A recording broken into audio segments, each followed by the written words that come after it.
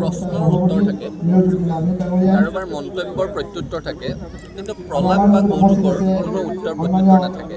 অখিল গগৈয়ে যিখিনি কৈছে সেইখিনি প্ৰলাপ। আৰু অখিল গগৈ এতিয়া ক'ব কাৰোবাৰ বিজেপিৰ সৈতে মিত্ৰালি আছে বুলি। ভাবকচোন, অখিল গগৈয়ে কৈছে বিজেপিৰ সৈতে কাৰ মিত্ৰালি আছে নাইতো অসমৰ ৰাইজে নাজানে জানো?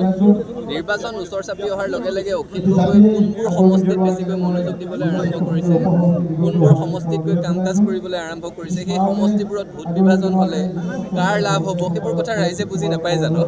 এতিয়া অখিল গগৈৰ কথাৰ উত্তৰ দি প্ৰয়োজনেই নাই। আৰু তেওঁ বাওঁপন্থী।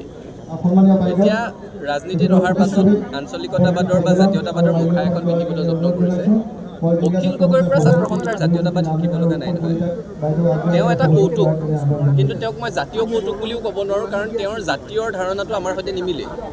তেওঁ কি বুলি কয় যে ভয়াৰ্থ সংখ্যালঘু মহিলাই তেওঁক সাবটি ধৰিলে নিৰাপত্তাৰ চুমা জচাটো তেওঁৰ জাতীয় দায়িত্ব।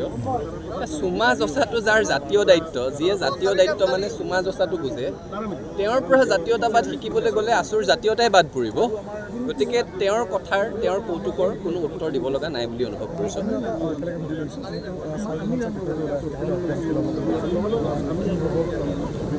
সৰ্জুন হামছে বিবাহ পাশত আবদ্ধ হ'ব।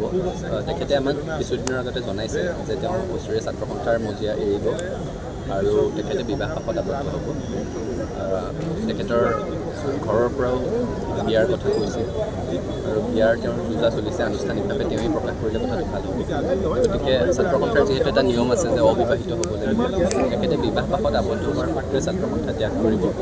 আৰু দীঘলীয়া কাল তেওঁ খুব নিষ্ঠা সহকাৰে ছাত্ৰ সন্থাত সেৱা আগবঢ়াইছে। কাৰ্বি আংলং জিলাত ছাত্ৰ সন্থাৰ ভেটি গঢ়া, শক্তিশালী কৰা দুয়োটাতে তেওঁৰ সাংঘাতিক ভূমিকা আছে। গতিকে তেওঁ আগবঢ়োৱা সেৱাখিনি ছাত্ৰ সন্থাই কৃতজ্ঞতাৰে কৰিব। প্ৰশ্নৰ উত্তৰ থাকে, কাৰোবাৰ মন্তব্যৰ প্ৰত্যুত্তৰ থাকে, কিন্তু প্ৰলাপ বা কৌতুকৰ কোনো উত্তৰ প্ৰত্যুত্তৰ নাথাকে। অখিল গগৈয়ে যিখিনি কৈছে সেইখিনি প্ৰলাপ। আৰু অখিল গগৈয়ে এতিয়া ক'ব কাৰোবাৰ বিজেপিৰ সৈতে মিত্ৰালি আছে বুলি। ভাবকচোন, অখিল গগৈয়ে কৈছে বিজেপিৰ সৈতে কাৰ মিত্ৰালি আছে নাইতো অসমৰ ৰাইজে নাজানে জানো?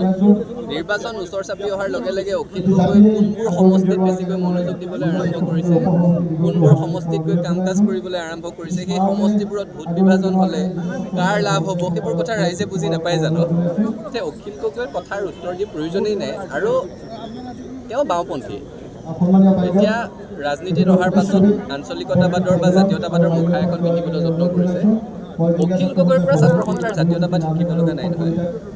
তেওঁ এটা কৌতুক, কিন্তু তেওঁক মই জাতীয় কৌতুক বুলিও ক'ব নোৱাৰোঁ, কাৰণ তেওঁৰ জাতীয়ৰ ধাৰণাটো আমাৰ সৈতে নিমিলে। তেওঁ কি বুলি কয় যে ভয়াৰ্থ সংখ্যালঘু মহিলাই তেওঁক সাবটি ধৰিলে নিৰাপত্তাৰ চুমা জচাটো তেওঁৰ জাতীয় দায়িত্ব। চুমা জচাটো যাৰ জাতীয় দায়িত্ব, যিয়ে জাতীয় দায়িত্ব মানে চুমা জচাটো বুজে, তেওঁৰ পৰা জাতীয়তাবাদ শিকিবলৈ গ'লে আচুৰ জাতীয়তাই বাদ পৰিব। গতিকে তেওঁৰ কথাৰ, তেওঁৰ কৌতুকৰ কোনো উত্তৰ দিব লগা নাই বুলি অনুভৱ কৰিছোঁ।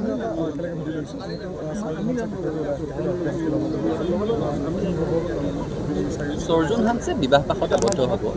তেখেতে আমাক কিছুদিনৰ আগতে জনাইছে যে তেওঁ ওচৰীয়া ছাত্ৰ সন্থাৰ মজিয়া এৰিব আৰু তেখেতে বিবাহ পাশত আবদ্ধ হ'ব। তেখেতৰ ঘৰৰ পৰাও বিয়াৰ কথা কৈছে আৰু বিয়াৰ তেওঁৰ যোজা চলিছে। আনুষ্ঠানিকভাৱে তেওঁৱেই প্ৰকাশ কৰিলে কথাটো ভাল হ'ব।